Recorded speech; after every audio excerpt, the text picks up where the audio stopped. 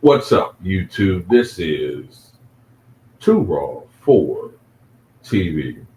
All right, so before I get into this video, I want to give a shout out to Anthony for the $20 donation via the Cash App. All right, much respect to you for showing love to Too Raw for TV. So he left a statement, which was an opinion as well as a video request. So um, to condense it a little bit, he basically said that not only does he believe that the Chicago Bulls of the 1990s would have beaten LeBron's teams, or at least could have beaten LeBron's teams, he also believes that some of the teams that Jordan faced could have been competitive and beaten some of LeBron James's teams,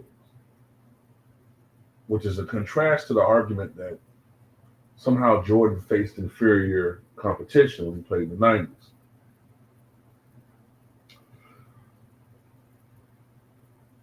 In this particular video, I want to focus on an example that he put up about, well, he actually named the 96 Suns, but I wanted to focus on the 96 Sonics, but I want to focus on the 93 Suns, matching up against the 2011 Miami Heat. Now, of course, Miami didn't win a championship that year, but you can also make an argument that Wade was closer to his prime in 2011 than he was in 2012, 13, and 14, especially 13 and 14.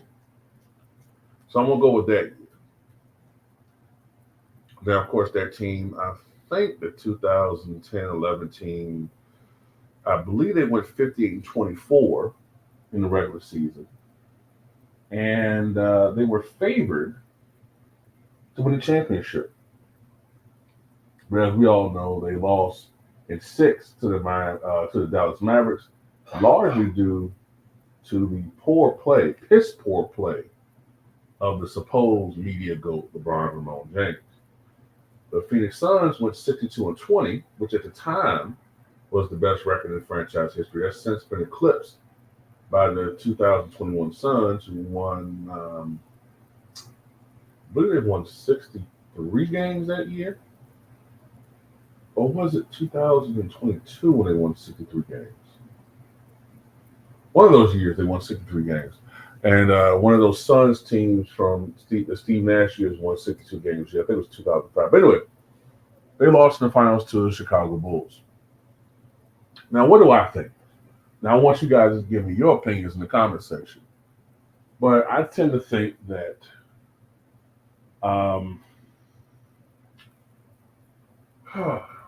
Phoenix would have had advantages. Miami would have had certain advantages. All right. Number one, although Phoenix collectively were a great or a good defensive team, I won't say great, good defensive team collectively, they were not loaded with individual great defenders. Okay. Their defensive ability was more on communication and just, having players willing to do the dirty work. Matter of fact, I would argue it was during this time period that Dan Marley transitioned and transformed himself from being more of perceived as an offensive threat to being more what we call a modern day 3-and-D guy, especially in his Miami Heat days. But they didn't have great individual defenders. And if you were athletic, if you had size, you had skill set, you could, especially in the perimeter, well, in general, I guess I should say, not just perimeter, but you could have a great series, which is why, Michael Jordan averaged 41 points, 8 rebounds, 6 assists, 2 steals versus that Suns team. But they needed all of those points because the Bulls, even though they won in 6, those games were close. Miami had three great offensive players, but in the role of that team, they had 2 great offensive players in LeBron James and Dwayne Wade. And I can't see both of them struggling at the same time. I tend to think one of them would have uh, been going off against this Phoenix Suns team. Probably,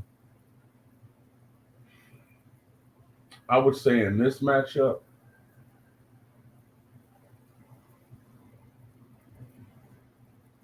I would say probably Wade.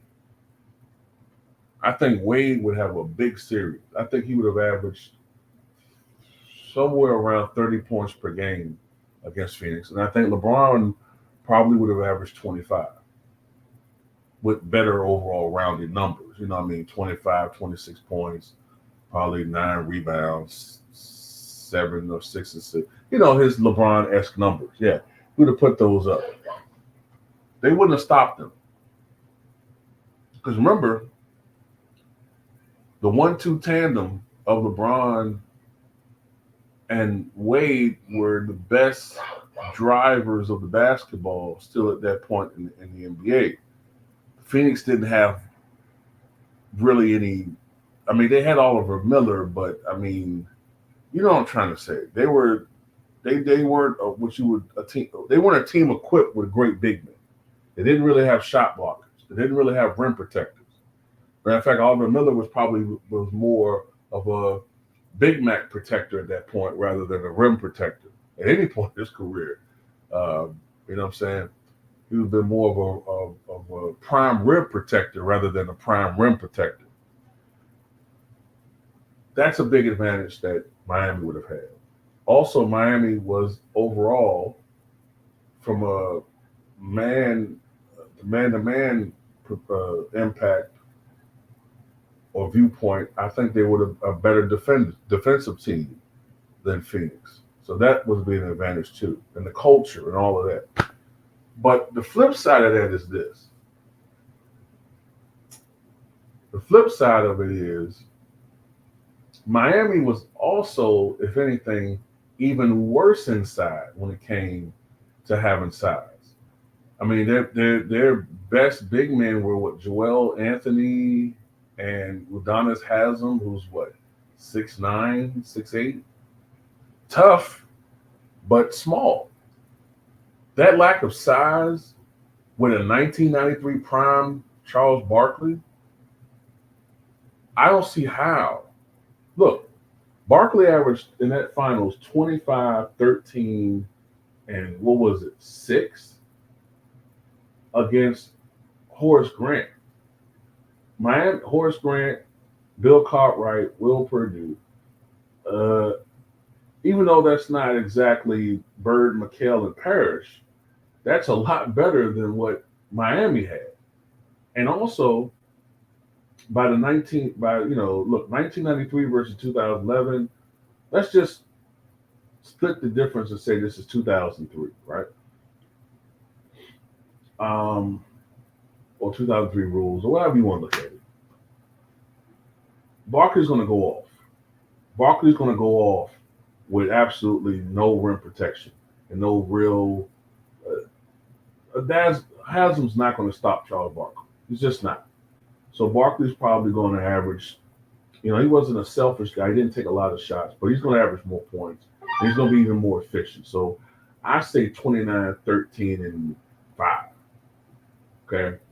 Arguably, maybe I should put the assist up because he's probably going to get double teamed a lot, and we know Barkley's an underrated passer, so he's going to kick it to a lot of shooters, and that's another point I'm going to go into a little bit later on. Also, KJ, if I remember correctly, did not have a great series against the Phoenix Suns, but I think he would have against the Chicago Bulls because he had some size up front. You know what I'm saying? They had size. 6'10" Grant, Cartwright 7 feet, Perdue's like 7'2", Stacey King, Scott Williams 6'10", 6'11". They had size. Miami doesn't. So KJ, 93 KJ, healthy. That guy's going to, this is KJ. Look at it like this. KJ, Kevin Johnson, people forget, man, from 91 to 95, you can make a case. From the retirement of Magic Johnson to the arrival and development of Jason Kidd and Penny Hardaway, and Gary Payton. You could argue at that time period, KJ was probably the best point guard in the NBA, although he did have Tim Hardaway and Terry Porter and others. But I think KJ was the best in that time period, the 3 year to 4 year window. KJ is going to be guarded by Mario Chalmers. Mario Chalmers, ladies and gentlemen. KJ is going to have an absolute ball in this series. I think KJ would average at least 25 points and 10 assists. Maybe more. Maybe more around 26 points, 27, 11 assists, somewhere in that range. He's going to have a tremendous series. Those two are going to get off. Also, another point I want to get into,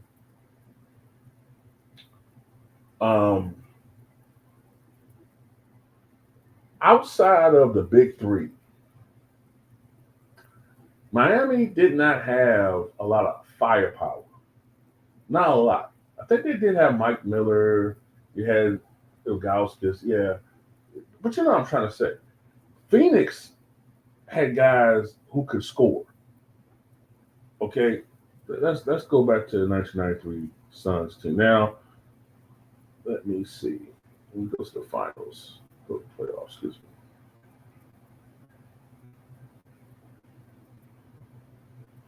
Aside from Barkley and Kevin Johnson, you had Dan Marley, who was a reigning sixth man in the NBA, averaging about 17 points a game, about 5 rebounds, 4 assists, 2 steals, 46% shooting, 38% from downtown. He took 5 threes a game, which back then was like taking 10 or 11 today. You know what I'm saying?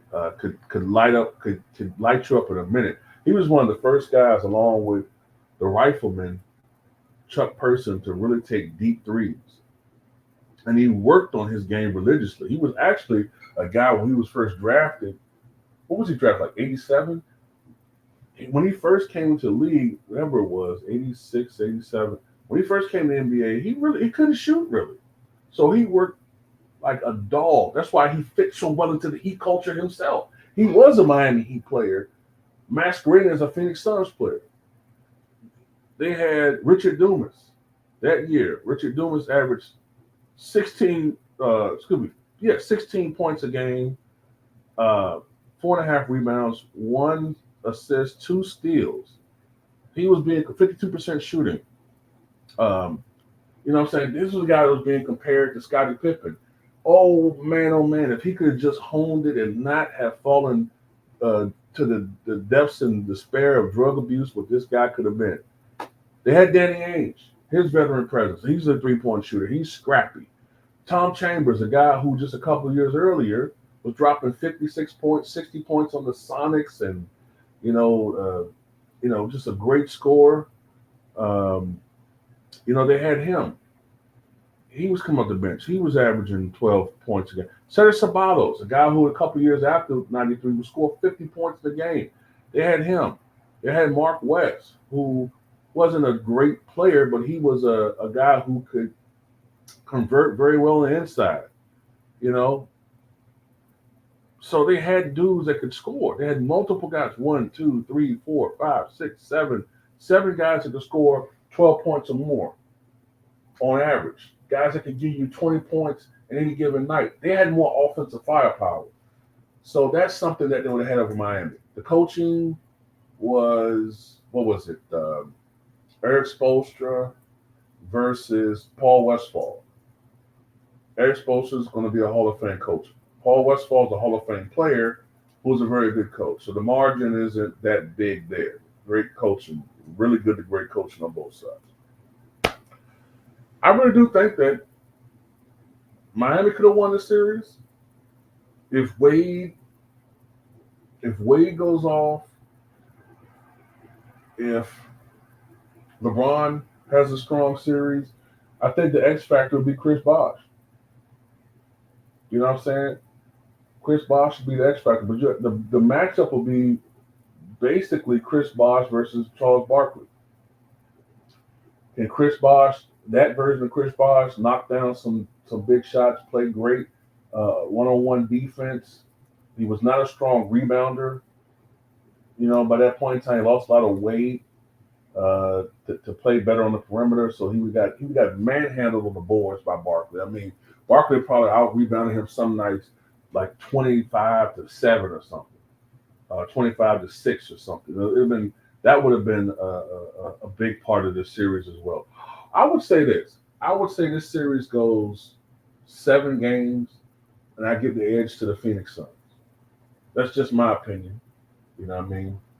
Uh, but anyway, I think that you make an argument that maybe even the Utah Jazz could have given them a run for the money. They did have Oyster Tag. He wasn't a great big man, but he's 7'2" or 7'3", 280 pounds. Big slab of meat in the paint. You know that's gonna slow down the drive attack of Wade and LeBron. Excuse me. Um, Utah pick and roll, one of the greatest pick and roll teams of all time. So yeah, that's going to be a factor as well. But anyway, and the '96 Sonics I think could beat them too. But anyway, tell me what you guys think, man.